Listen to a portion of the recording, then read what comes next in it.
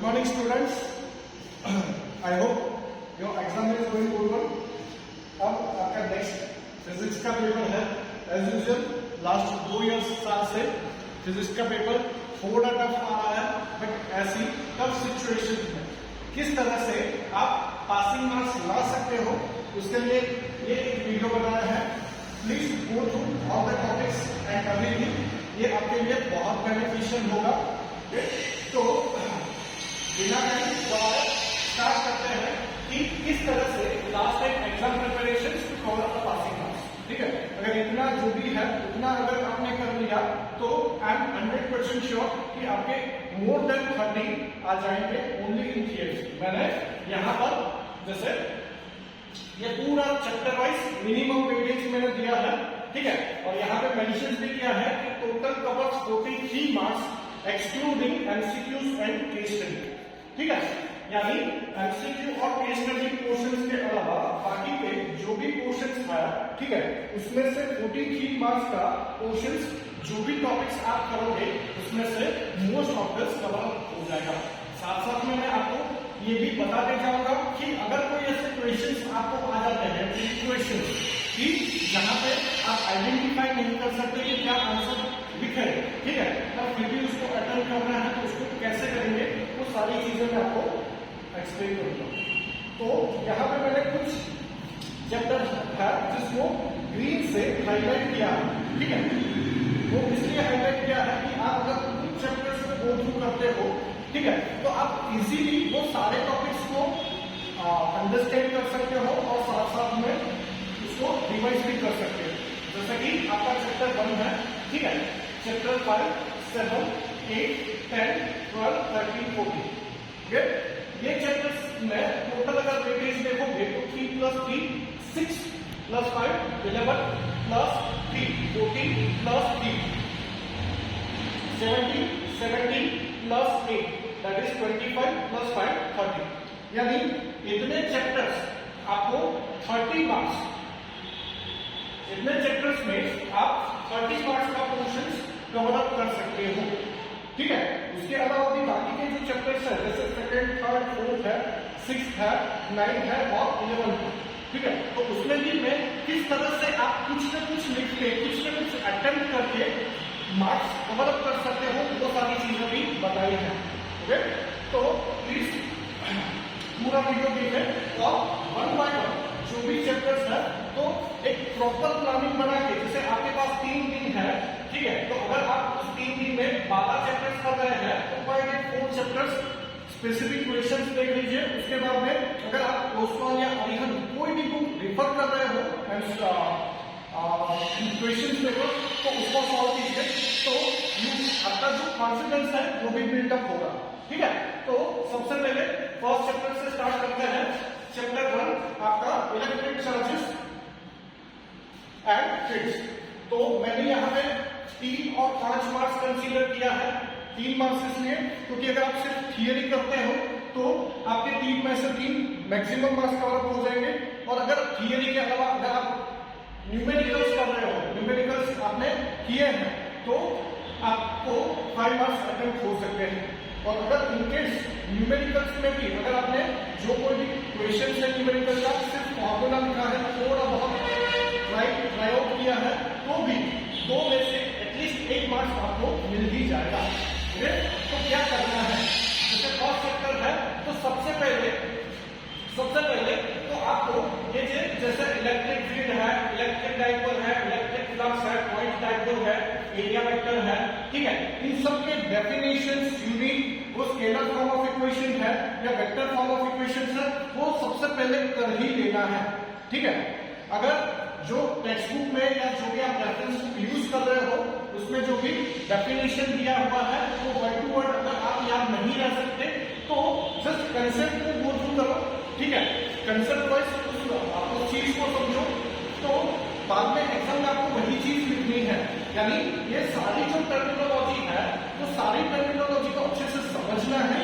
ठीक है, उसके यूनिट स्केलर वेक्टर है, वो सारी चीजें आपको याद रखनी है. दूसरा आपका है Coulomb's law, scalar and vector form. Normally scalar form और स्टेटमेंट सबको याद हो जाता है, बट वेक्टर फॉर्म में कुछ स्टूडेंट्स को प्रॉब्लम्स होती है, ठीक है। तो अगर ऐसी प्रॉब्लम्स हो रही है वेक्टर फॉर्म में, तो आप जस्ट आगे ये वेक्टर फॉर्म को भी सीख सकते हो, इजीली है, इतना टफ नहीं है। तीसरा है इलेक्ट्रिक फील्ड एंड प्रॉपर्टीज, ये बहुत इजी वाला क्वेश्चन है। हाँ, दूसरा है, नेक्स्ट है electric field for a dipole. दो कंडीशन है, पॉइंट ऑन द एक्सिस और दूसरा है पॉइंट ऑन इक्वेटोरियल प्लेन, ठीक है। इसमें कभी कभी कंफ्यूजन क्या होता है, जैसे डाइपोल वाली थियरी फर्स्ट चैप्टर में भी है, सेकंड चैप्टर में भी है। जैसे कि ये अपना फर्स्ट चैप्टर है, तो यहाँ पे क्या है, इलेक्ट्रिक फील्ड। यहाँ पे क्या है, डाइपोल के लिए हमें फाइंड करना है इलेक्ट्रिक फील्ड। पर इसकी जगह अगर हम सेकंड चैप्टर में जाएंगे, ठीक है, अगर हम सेकंड चैप्टर में जाएंगे तो सेकंड चैप्टर में जाएंगे तो उस सेकंड चैप्टर में सेकंड चैप्टर में जाएंगे तो उस सेकंड चैप्टर में पोटेंशियल ड्यू टू डाइपोल, यानी फर्स्ट चैप्टर में डाइपोल की वजह से इलेक्ट्रिक फील्ड और सेकंड चैप्टर में डाइपोल की वजह से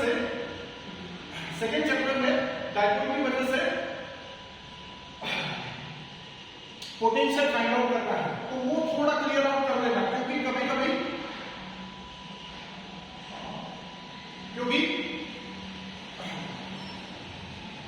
कभी कभी यहां पे कंफ्यूजन हो जाता है कि क्वेश्चन है पोटेंशियल ड्यू टू डाइपोल, आपने पूरा इलेक्ट्रिक फील्ड वाला लिख दिया और बाद में आपको पता चलता है कि ये तो मैंने इलेक्ट्रिक फील्ड वाला कंसेप्ट लिख दिया। तो electric field for a dipole, point of axis, point on the equatorial plane, और एक और है डॉट ड्यू टू डाइपोल। जितना मुझे पता है फर्स्ट और सेकंड चैप्टर की theory most of the students को आती ही होगी, क्योंकि आपने नंबर ऑफ टेस्ट उसके दिए हुए हैं, ठीक है। और ये भी आपको क्लियर होगा ही कि डॉट वाली थियरी सीधे सीधे नहीं आएगी, ये क्वेश्चन ट्विस्टेड फॉर्म में ही आएगा, ओके। तो आई होप ये वाला क्वेश्चन आपको क्लियर है। उसके बाद है गाउस लॉ। गाउस लॉ उसका स्टेटमेंट और डेरिवेशन, ये क्वेश्चन भी आपको करना है। उसके बाद में है total electric flux inside the closed surface without enclosing charge is 0। ये आपके एनसीईआरटी में एक ऐसी थियरी दी हुई है कि जैसे एक सिलिंड्रिकल सरफेस है, ठीक है, तो उस सिलिंड्रिकल सरफेस में, ठीक है, उस सिलिंड्रिकल सरफेस में ये तीनों पोर्शंस में, जैसे यहाँ पे फ्लक्स फाई1 है, यहाँ पे है फ्लक्स फाई2 और यहाँ पे है फ्लक्स फाई3, तो टोटल फ्लक्स 0 होता है। ये वाला एक थियरी आपके एनसीईआरटी में है, उसको भी एक बार जस्ट गो थ्रू कर लेना, बहुत इजी है। एंड लास्ट में है आपका गाउस लॉ की एप्लीकेशन, तीन एप्लीकेशन, ये तीनों तीन एप्लीकेशन करना है। जैसे for electric field for uniformly charge infinitely long plane, infinitely long rod, तो उसका फॉर्मूला है E = लैम्डा अपॉन 2πε0। दूसरा प्लेन शीट के लिए E = सिग्मा अपॉन 2ε0, और तीसरा स्फेरिकल सरफेस के लिए है तो E = kq अपॉन r²। ये तीन फॉर्मूला है डेरिवेशंस के, इसको कर लेना। मैंने यहाँ पे न्यूमेरिकल इसलिए मेंशन नहीं किया है क्योंकि एग्जाम्पल में कुछ न्यूमेरिकल्स थोड़ा ट्विस्टेड है, तो अगर आप वो करोगे तो टाइम कंज्यूमिंग भी होगा। अगर ऑलरेडी अच्छे से समझ लिया है तो that is well and good, ठीक है। और ये आपका थियरी क्वेश्चन हो गया। उसके अलावा जैसे कोई भी इस चैप्टर्स में से क्वेश्चंस होता है न्यूमेरिकल रिलेटेड, तो आपको क्या करना है, अगर क्वेश्चंस को थोड़ा आइडेंटिफाई करने का ट्राई करो, ठीक है। बाद में इसमें कौन सा फॉर्मूला आप अप्लाई कर सकते हो वो देखो, और वो जो क्वेश्चंस है उसके आंसर में वो फॉर्मूला आप मेंशन कर दो, ठीक है। और फॉर्मूला वैल्यूज पुट करोगे, थोड़ा बहुत कैलकुलेशन करोगे, तो आई एम 100% श्योर कि मिनिमम 1 मार्क्स आपको मिल ही जाएगा। तो इस चैप्टर में से आपके 3 या 4 मार्क्स इजीली कवर अप हो जाएंगे, ठीक है। अभी आते हैं चैप्टर नंबर 2 पे। थियरी क्वेश्चन थोड़ा ज्यादा है और न्यूमेरिकल में 90% यहाँ की पॉसिबिलिटी ये है कि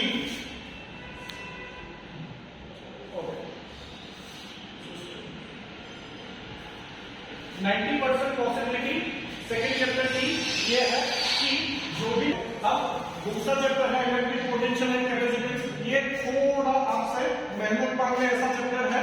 यहाँ पे थियरीज भी बहुत ज्यादा है और साथ साथ में जो भी एग्जाम्स में आपके न्यूमेरिकल्स आते हैं वो भी ट्विस्टेड न्यूमेरिकल्स ही होते हैं। ठीक है, तो अगर आपको इस चैप्टर्स में न्यूमेरिकल्स करना है तो एग्जाम्पल्स के न्यूमेरिकल्स करना, या तो PYQ, most probably I would prefer कि आप पीवाईक्यू में जितने भी न्यूमेरिकल्स है वो न्यूमेरिकल्स कर लो। अगर वो भी नहीं है तो जस्ट जो भी न्यूमेरिकल्स है उसमें कौन से फॉर्मूला यूज होते हैं, ठीक है, कैलकुलेशन कैसा है, थोड़ा बहुत भी कर लो तो उसमें भी आपके 1 से 1.5 मार्क्स कवर हो जाएंगे। ठीक है, तो अब थियरी में वापस से आते हैं कि क्या करना है। तो यहाँ पे इलेक्ट्रिक पोटेंशियल और कैपेसिटेंस है, दोनों टर्मिनोलॉजी का definition unit scalar vector form. उसके बाद में डाइपोल के लिए पोटेंशियल और पोटेंशियल एनर्जी है। यहाँ पे ये चीज आप ध्यान रखना कि यहाँ पे दो अलग अलग कंडीशन है। एक है अगर सिस्टम ऑफ चार्जेस है तो उसके लिए भी पोटेंशियल एनर्जी है, उसी तरह से अगर डाइपोल है तो उसके लिए भी पोटेंशियल एनर्जी है। क्योंकि जो भी आपकी कुछ प्रीवियस एग्जाम थी उसमें क्वेश्चन आया था obtain the equation of potential energy for the system of charges. उसमें बहुत सारे स्टूडेंट्स ने पोटेंशियल एनर्जी ऑफ डाइपोल वो वाला क्वेश्चन अटेम्प्ट किया। तो ये दोनों क्वेश्चंस को थोड़ा डिफरेंशिएट कर लेना कि अगर potential energy due to system of charges ये वाला है Q is equal to V into Q। ठीक है, तो ये थोड़ा ध्यान दे देना। और एग्जाम्स में बहुत बार ये वाला क्वेश्चंस आया हुआ है, ये क्वेश्चंस भी आए हुए हैं। ओके, बाद में है equipotential surfaces, theory and diagrams of equipotential surfaces for different conditions. ये मैंने क्लास में बहुत बार आपको बताया है कि इस टॉपिक का मैक्सिमम पॉसिबिलिटी है कि क्वेश्चंस इसमें से एक आए। ठीक है, तो जो डायग्राम्स है उस में दिया हुआ है। ठीक है, जैसे कि डाइपोल के लिए इक्विपोटेंशियल सरफेसेस, पॉइंट चार्ज के लिए इक्विपोटेंशियल सरफेसेस, तो वो सारी चीजें आपको करना है। साथ में इक्विपोटेंशियल सरफेसेस का जो थियरी है वो भी करना है। ठीक है, बाद में पैरेलल प्लेट कैपेसिटर वाला थियरी है, capacitors in series and parallel. यहाँ पे एक चीज थोड़ा ध्यान रख लेना कि n नंबर ऑफ कैपेसिटर है तो उसके लिए कैपेसिटर्स इन सीरीज और पैरेलल वो वाला आपको करना है। Loss of energy of capacitor आपके एनसीईआरटी में नहीं है, बट अगर आप ऊष्मा या अरिहंत कर रहे हैं तो उसमें ये वाला थियरी दिया हुआ है। अगर इस थियरी में आपको ज्यादा कुछ कंफ्यूजन मिस्टेक हो रहा है तो पूरा नहीं बट थोड़ा सा भी जहां तक समझो उतना थोड़ा याद रख लो, क्योंकि सीबीएसई में जितने भी क्वेश्चन होते हैं वो कंपलसरी बेस पे ही होते हैं। बाद में इफेक्ट ऑफ डाइलेक्ट्रिक, ये थोड़ा ये एक्सपेरिमेंट दिया हुआ है उन सीक्वेंस के लिए। पर अगर आपका थिकनेस ठीक है, ये पैरेलल प्लेट का जो विड्थ है, ठीक है, ये डिस्टेंस b से अगर थिकनेस आपका कम है तो उसके लिए भी इफेक्ट आपको कैपेसिटेंस का फॉर्मूला डिराइव करना है। तो आपके लिए ऑप्शंस में अपॉर्चुनिटी बता रहा हूं। आपके एनसीईआरटी में आई थिंक एग्जांपल नंबर 2.8 है जिसके अंदर ऑलरेडी दिया हुआ है पैरेलल प्लेट कैपेसिटर है और उस पैरेलल प्लेट कैपेसिटर में एक डाइलेक्ट्रिक स्लैब रखा हुआ है जिसका थिकनेस है 3/4 × d। ठीक है, तो अगर ये वाला भी न्यूमेरिकल्स आप अच्छे से कर लोगे और यही वाली थियरी यहाँ पर मेंशन कर दोगे तो भी आपको मार्क्स मिल जाएंगे। और लास्ट में है आपके पीवाईक्यू न्यूमेरिकल्स जो आपको करना है। अब नेक्स्ट चैप्टर पे आते हैं।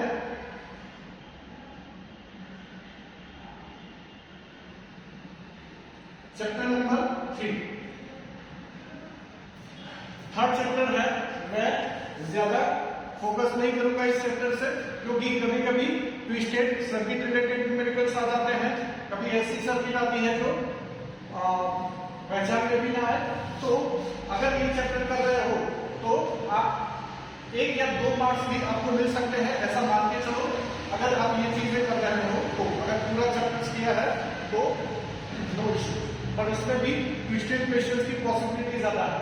ओके, तो आपको क्या करना है, एक ट्विस्टेड ब्रिज वाला थियरी और फ्रॉम ऑसवाल्ड इसलिए लिखा है क्योंकि ऑसवाल्ड में जो भी ट्विस्टेड पैटर्न ऑफ क्वेश्चंस है वो दिए हुए हैं, तो उसको गो थ्रू करना है।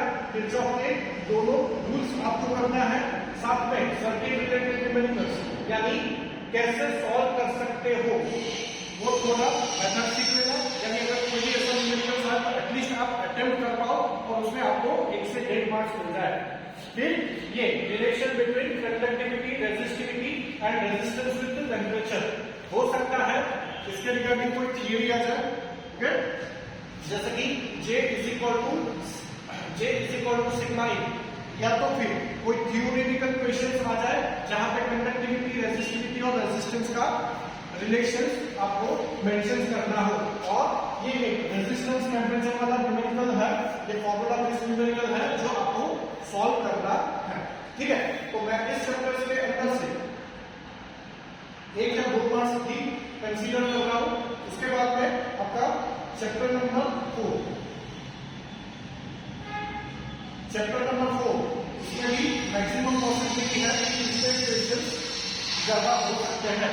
तो इसीलिए यहाँ पे मैं बस यही सजेस्ट करूंगा कि magnetic field at the centre of circular coil, ampere circuital low, force between parallel current.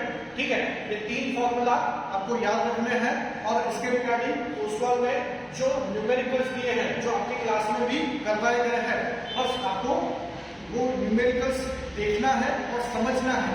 ठीक है, ताकि एग्जाम में कोई भी ऐसा क्वेश्चन आए जिसमें ये फॉर्मूला अप्लाई करना है तो आप एटलीस्ट वो फॉर्मूला लिख सकते हो और कैलकुलेशन कर सकते हो। ठीक है, so apply above formula in the given numericals, ये आपके चैप्टर नंबर 4 में से। तो आप उसका वेटेज भी मैंने 1 to 1.5 ही रखा है। चैप्टर नाउ नेक्स्ट है चैप्टर नंबर 5, 3 मार्क्स का है, ओबीसी थियरी है, एनसीईआरटी में से ही क्वेश्चन आता है। तो properties of magnetic field lines, properties of magnetic field lines. ठीक है, Gauss law of magnetism, diamagnetism, paramagnetism, ferromagnetism, ये चीजें और न्यूमेरिकल। और न्यूमेरिकल तो क्या है, जैसे फर्स्ट चैप्टर में E is equal to KT upon 2KT upon R, तो उसी तरह से मैग्नेटिक फील्ड के लिए B is equal to μ0 upon 4 pi into 2 times μ0 upon 4 pi into M upon R। Just ये कन्वर्जन बहुत इजी है, आपको पता है कि ये कन्वर्जन वाले ही मोस्ट प्रोबेबली न्यूमेरिकल्स आ सकते हैं। तो फिफ्थ चैप्टर ऐसा है जिसमें आप मैक्सिमम मार्क्स कवर कर सकते हो। नेक्स्ट है आपका chapter number 6, electromagnetic induction.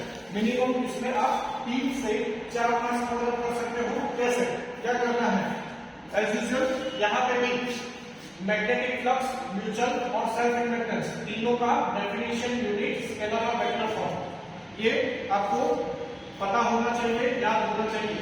Faraday's law और लेंज लॉ दोनों के स्टेटमेंट एनसीईआरटी में Faraday's only second law is given. Oswald अगर आप चाहोगे तो उसमें फर्स्ट और सेकंड लॉ दोनों दिया है, दोनों करते हैं।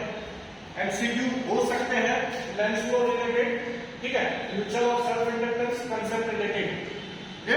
ये आप अगर ऑसवाल्ड में भी एमसीक्यू रेफर करोगे तो आपको आइडिया आ जाएगा। बाद में मोशनल ईएमएफ है, ठीक है, मोशनल ईएमएफ रिलेटेड न्यूमेरिकल साथ हो सकता है। ठीक है, ये आपका जो क्वेश्चन है, ठीक है, मोस्ट इंपोर्टेंट इसमें से एक ये वाला क्वेश्चन, मोस्ट इंपोर्टेंट इसमें से एक है आपका ये वाला क्वेश्चन, म्यूचुअल और सेल्फ इंडक्टेंस। ठीक है, डेरिवेशंस हर साल या हर दूसरे साल म्यूचुअल और सेल्फ इंडक्टेंस रिलेटेड वो थियरी है वो आती है, इसमें से भी इक्वेशंस आता है। ठीक है, अगर आप उसके बाद है analysis of generator, AC generator, derivation and graph. AC generator में ग्राफ स्पेसिफिकली करना है, कभी कभी हो सकता है एसी जनरेटर का प्रिंसिपल पूछ लिया या तो ग्राफ ड्रॉ करना पूछ लिया। एनसीईआरटी में न्यूमेरिकल्स गो थ्रू करना है और ये एक टॉपिक है, ये आपका एक टॉपिक है। ठीक है, ये 1 या 2 साल में वो आया हुआ है, ऑसवाल्ड में दिया हुआ है। ये एक्चुअली ओल्ड एनसीईआरटी का टॉपिक है जो आपके अभी के सिलेबस सिलेबस में नहीं है, बट हो सकता है ये वाला क्वेश्चन भी आए। तो 6 चैप्टर में प्लीज ओसवाल में दिया हुआ है, इस क्वेश्चन को गो थ्रू एक बार कर लेना, ठीक है। अब आते हैं चैप्टर नंबर 7, ठीक है। चैप्टर नंबर 7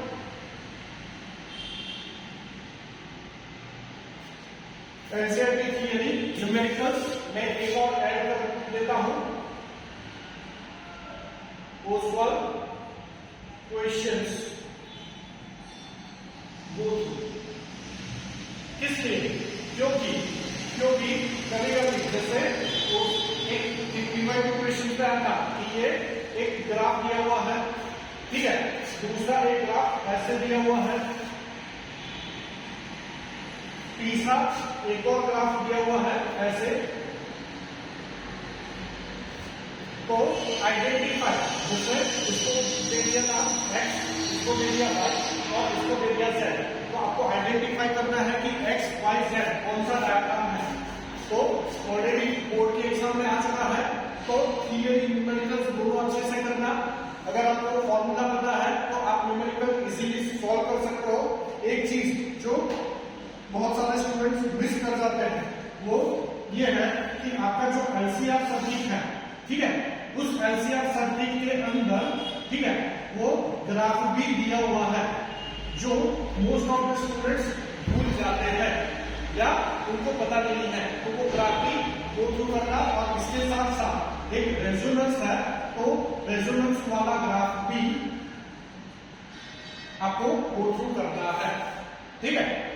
तो ये चैप्टर ऐसा है जिसमें मैक्सिमम मार्क्स आपको मिल सकते हैं। नॉर्मली एक्चुअली ये चैप्टर 6 to 7 मार्क्स का है, मैंने सिर्फ एमसीक्यू कंसीडर नहीं किया है, इसलिए सिर्फ 5 मार्क्स दिया हुआ है। फिर बाद में आते हैं अपने लास्ट चैप्टर पे, फ्रॉम पार्ट 1, और वो है इलेक्ट्रोमैग्नेटिक इंडक्शन। तो 3 मार्क्स का है, 3 में से 3 मार्क्स आपको मिल जाएंगे। रिफर ओसवाल क्वेश्चंस, ये इसलिए क्योंकि आपको किस टाइप के क्वेश्चंस बोर्ड की एग्जाम्स में आ सकते हैं, वो क्वेश्चंस की पैटर्न पता चले, उसके वे में प्रॉपर वे में आप प्रिपेयर करो, उसके लिए यहाँ पे लिखा हुआ है रिफर ओसवाल क्वेश्चन। ठीक है, नॉर्मली क्या होता है 2 या 3 मार्क्स का, या तो क्वेश्चन एक दिया हुआ है ए और बी, उस वे में क्वेश्चन हो सकता है। तो नॉर्मली एक क्वेश्चन, मिनिमम 1 क्वेश्चन आपके स्पेक्ट्रम के ऊपर से होगा, पर उस स्पेक्ट्रम में आप नॉर्मली ये वाला भूल जाते हो, फ्रीक्वेंसी एंड वेवलेंथ। तो आपको हर एक, जैसे विजिबल लाइट है, ठीक है, जैसे माइक्रोवेव है, इन सब का फ्रीक्वेंसी और वेवलेंथ आपको पता होना चाहिए, बिकॉज क्वेश्चन डायरेक्टली नहीं होगा, ऐसा होगा कि for this given wavelength series which electromagnetic wave is used and give its applications, उस टाइप का क्वेश्चन होगा। तो प्लीज उस वे में इस क्वेश्चन को या इस चैप्टर को प्रिपेयर करें। इसलिए मेंशन किया है कि आप ओसवाल के क्वेश्चन से एक बार रेफर कर लेना, तो आपको आइडिया क्लियर हो जाएगा, ठीक है। तो यहाँ पे जितना भी मैंने आपको बताया उसके अकॉर्डिंग, वापिस से उसके अकॉर्डिंग अगर हम अपने वापिस से यहाँ पर आ जाते हैं, तो ये जो आपका फर्स्ट चैप्टर है, ठीक है, फर्स्ट चैप्टर है, 3 मार्क्स कवर अप हो जाएंगे, यहाँ पे भी 3 हो जाएंगे, यहाँ पे 5 हो जाएंगे, और 3 कितना हुआ 6 और 5 11, और ये हुआ 14 मार्क्स। इसके अलावा इलेक्ट्रिक पोटेंशियल, ठीक है, ये 4th चैप्टर में आपको सिर्फ फॉर्मूला करना है। अगर सेकंड चैप्टर में थियरी करोगे और स्पेशली इक्विपोटेंशियल सर्फेसेस वाला करोगे, ठीक है, तो भी कवर अप हो जाएगा। यानी अगर इतना क्वेश्चन आप कर रहे हो, ठीक है, तो आपका जो मिनिमम 23 का क्वेश्चन है, तो उसमें से एटलीस्ट 50 to 60% आपका यहाँ पे मिनिमम कवर अप होगा। मैं वापिस से बता रहा हूँ कि 23 का 50 to 60% मिनिमम कवर अप होगा, और आपको ये सारी चीजें प्रिपेयर करने के लिए इनफ टाइम आपके पास ऑलरेडी अवेलेबल है, 3 दिन है, ठीक है।